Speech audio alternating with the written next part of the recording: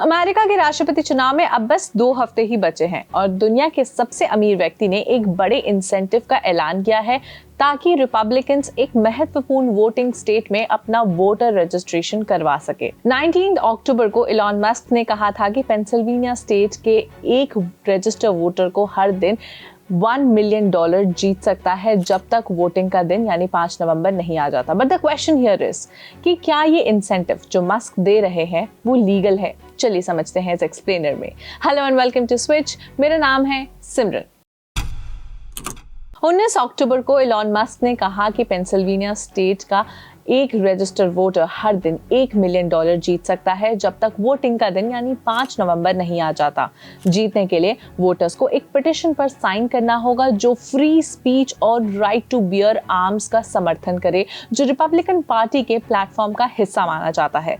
Musk ने पहला इनाम जॉन डेहर को दिया जो अपनी America political action committee pack के जरिए, जिसे उन्होंने खुद बनाया है। पैक्स चुनाव अभियान के लिए धन एकत्रित करने में मदद करते हैं और मस्क की कमेटी उन उम्मीदवारों को समर्थन देती है जो secure borders, sensible spending, safe cities, fair justice system, free speech और सेल्फ प्रोटेक्शन का समर्थन करते हैं।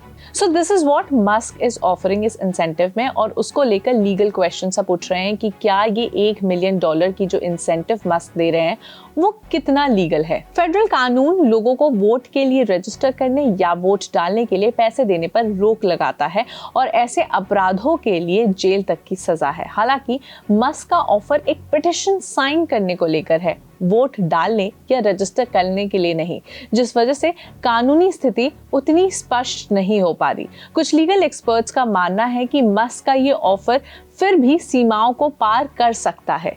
एक इलेक्शन लॉ एक्सपर्ट हैं, उनका मानना है कि मस्क के इंसेंटिव इलीगल हो सकते हैं। ये इस बात पर निर्भर करता है कि इसके पीछे का मकसद क्या है। उन्होंने वॉल स्ट्रीट जर्नल को बताया, कोट एंड कोट, ये वैसा ही है जैसा वोटर्स को आई वोटेड स्टिकर्स पहनकर फ्री फूड ऑफर करना।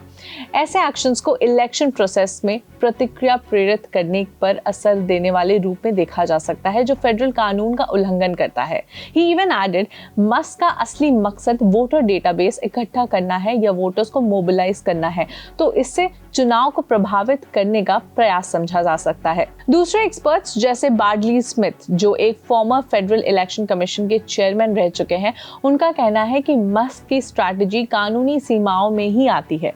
कोट एंड कोट, उनका कहना है कि वो लोगों को रजिस्टर या वोट डालने के लिए पैसे नहीं दे रहे। स्मिथ ने वॉल स्ट्रीट जर्नल को समझाते हुए कहा, और पिटिशन और वोटर रजिस्ट्रेशन के बीच के संबंधों को बहुत दूर का बताकर इसे इलीगल कहने लायक नहीं माना, क्योंकि पेमेंट्स पिटिशन साइन करने से जुड़ी है, वोट या रजिस्ट्रेशन से नहीं। ये इंसेंटिव वर्तमान इलेक्शन कानून के तहत अलाउड है। हालांकि मस्क का पैक ये दावा करता है कि ये इंसेंटिव सिर्फ संवैधानिक अधिकारों के सपोर्ट पर केंद्रित है, लेकिन क्रिटिक्स का कहना है कि ये वोटर टर्नआउट को प्रभावित करने या भविष्य के राजनीतिक प्रयासों के लिए कीमती डेटा इकट्ठा करने का एक माध्यम बन सकता है। इस इनिशिएटिव को कुछ लोगों द्वारा ट्रम्प के प्लेटफॉर्म के प्रति संवेदनशील वोटर्स को मोबिलाइज करने की कोशिश के रूप में भी देखा जा रहा है, खासकर ऐसे मुद्दे जैसे फ्री स्पीच और गन्स एक्ट। एलॉन मस्क की एक्स बायो में खुलकर कहा गया है कि वो इस चुनाव में रिपब्लिकन कैंडिडेट और पूर्व यूएस प्रेसिडेंट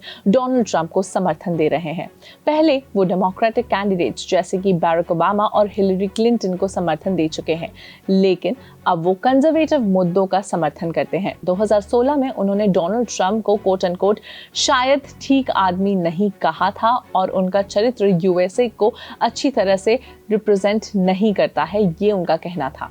पैंडेमिक के शुरू होने के साथ ही मस्क का रुख बदल गया। उन्होंने ट्विटर पर काफी सक्रिय होकर पैंडेमिक के दौरान और उसकी गंभीरता पर अपने विचार रखे। 2020 में उन्होंने न्यूयॉर्क टाइम्स के पॉडकास्ट पर कहा कि वो कोविड-19 वैक्सीन नहीं लगाएंगे। तब उन्होंने प्रेसिडेंट बाइडेन के प्रति अपना असंतोष स्पष्ट किया और कहा डैम स्टॉक पपेट, और बाइडेन पर स्पेसएक्स और टेस्ला को इग्नोर करने का आरोप लगाया, जबकि वो लेगेसी कंपनीज को समर्थन दे रहे थे। कई सालों तक ये कहने के बाद कि वो किसी भी प्रेसिडेंशियल कैंडिडेट का समर्थन नहीं करेंगे, मस्क ने जुलाई 2024 में डोनाल्ड ट्रंप का समर्थन कर दिया। ये तब हुआ जब ट्रंप पर एक असैसिनेशन अटेम्प्ट किया गया। मस्क ने कहा कि ट्रंप का जीतना जरूरी है ताकि डेमोक्रेसी को बचाया जा सके, और ओहायो सेनेटर जेडी वांस को ट्रंप का रनिंग मेट बनाने का भी सुझाव दिया था। बाद में वांस को वाइस प्रेसिडेंशियल कैंडिडेट के रूप में चुना गया। इस महीने की शुरुआत में इलॉन मस्क ने पहली बार बटलर पेंसिल्वेनिया में एक पॉलिटिकल रैली में भाग लिया। बटलर शहर में ही ट्रंप पर गोली चलाई गई थी। आपको बता दें, पेंसिल्वेनिया और कुछ यूएस स्टेट्स को स्विंग स्टेट्स के रूप में देखा जा रहा है, जिसमें दोनों पार्टीज का प्रभाव बराबर है। मस्क ने अपने आप को डार्क मागा कहा है। द वॉल स्ट्रीट जर्नल ने पिछले महीने ये पता लगाया कि मस्क ने चुपके से 2022 से लेकर अब तक मिलियंस ऑफ डॉलर्स का डोनेशन रिपब्लिकन ग्रुप्स को दे रहे हैं, जो ट्रंप और former Republican presidential hopeful Ron DeSantis के समर्थन में हैं। अक्टूबर में US Securities and Exchange Commission को दी गई क्वार्टरली फिलिंग में ये पता चला कि मस्क, जो अमेरिका पैक के अकेले डोनर हैं, उन्होंने जुलाई से लेकर सितंबर के बीच में ट्रंप के चुनाव को सपोर्ट करने के लिए $75 मिलियन खर्च किया है। पैक अपनी पूरी धनराशि जो है वो स्विंग स्टेट्स पर केंद्रित कर रहा है, जैसे कि मस्क की आउटरीच जो अनडिसाइडेड वोटर्स को मोबिलाइज करने में काम कर सके।